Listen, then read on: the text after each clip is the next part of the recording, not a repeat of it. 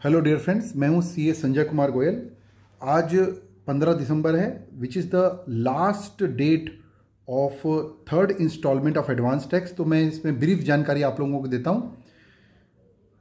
Advance tax basically उन लोगों को जमा करना पड़ता है, उन एसएससी को जमा करना पड़ता है जिनकी टैक्स लायबिलिटी टीडीएस और टीसीएस वगैरह काटने के बाद 10,000 रुपये या उससे ज़्यादा होती है, तो उनको करेंट ईयर में एडवांस में ही टैक्स जमा करना पड़ता है।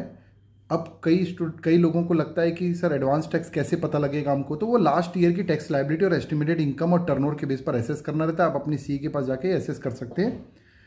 तो एडवांस टैक्स जो है, टोटल एस्टिमेटेड टैक्स लायबिलिटी का 15 जून तक 15%, 15 सितंबर तक 45%, 15 दिसंबर जो कि आज लास्ट डेट है थर्ड इंस्टॉलमेंट की, तो 15 दिसंबर तक 75% जो है total tax payable, estimated tax payable का आपको जमा करना है, और 15 मार्च तक लास्ट इंस्टॉलमेंट 100% तक टैक्स जमा हो जाना चाहिए। मतलब कुल मिलाकर एडवांस टैक्स का आइडिया ये है कि आप पूरे के पूरा टैक्स लायबिलिटी प्रीवियस ईयर, मतलब फाइनेंशियल ईयर, अगर एक बिजनेस लैंग्वेज बात करें तो फाइनेंशियल ईयर में पेमेंट हो जानी चाहिए, और फिर कुछ टैक्स कम ज़्यादा हो तो रिटर्न फाइलिंग के समय उसको पेमेंट कर सकते हैं।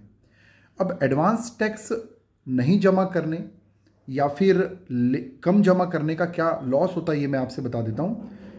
अगर आप एडवांस टैक्स कम जमा करते हैं या नहीं जमा करते, तो जितना भी आप पेमेंट करते और जितना पेमेंट करना चाहिए था और जितना पेमेंट आपने किया या कम किया, तो उस पर आपको पर मंथ का 1% इंटरेस्ट लगता है।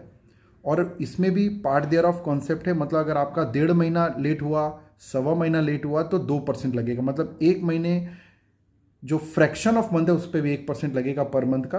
तो कुल मिलाकर 12% का इंटरेस्ट है। तो एक बिजनेस लैंग्वेज में देखा जाए तो it will be the high rate. तो इससे बचना चाहिए बिजनेसमैन को। ये टीडी जो इंटरेस्ट लगता है 234C इनकम टैक्स की धारा के अंतर्गत लगता है।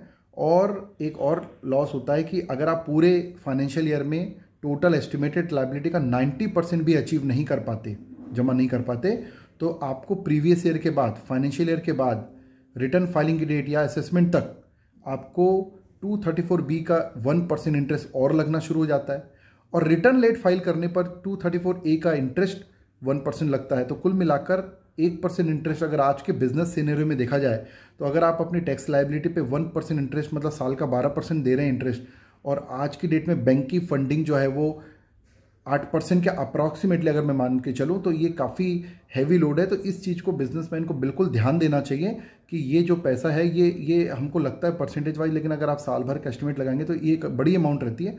आपको क्या करना है, कुछ नहीं करना है, लास्ट ईयर के अकाउंट्स अपने अकाउंटेंट को बोलना है और अपने सीए के साथ कंसल्ट करना है कितना टैक्स पेमेंट करना है। और इससे एक और फ़ायदा होता है, एक साइकोलॉजिकल फ़ायदा होता है। जब हम एडवांस टैक्स लगातार पेमेंट करते हैं, तो एक साथ जब टैक्स बर्डन आता है ना, तो उस समय हमारे बिजनेस में एक कैश क्रंच या कैश फ्लो की प्रॉब्लम आ सकती है। तो ये उस हिसाब से भी बहुत बढ़िया चीज़ है कि हम 4 इंस्टॉलमेंट में धीरे धीरे एडवांस टैक्स पेमेंट करते जाएं।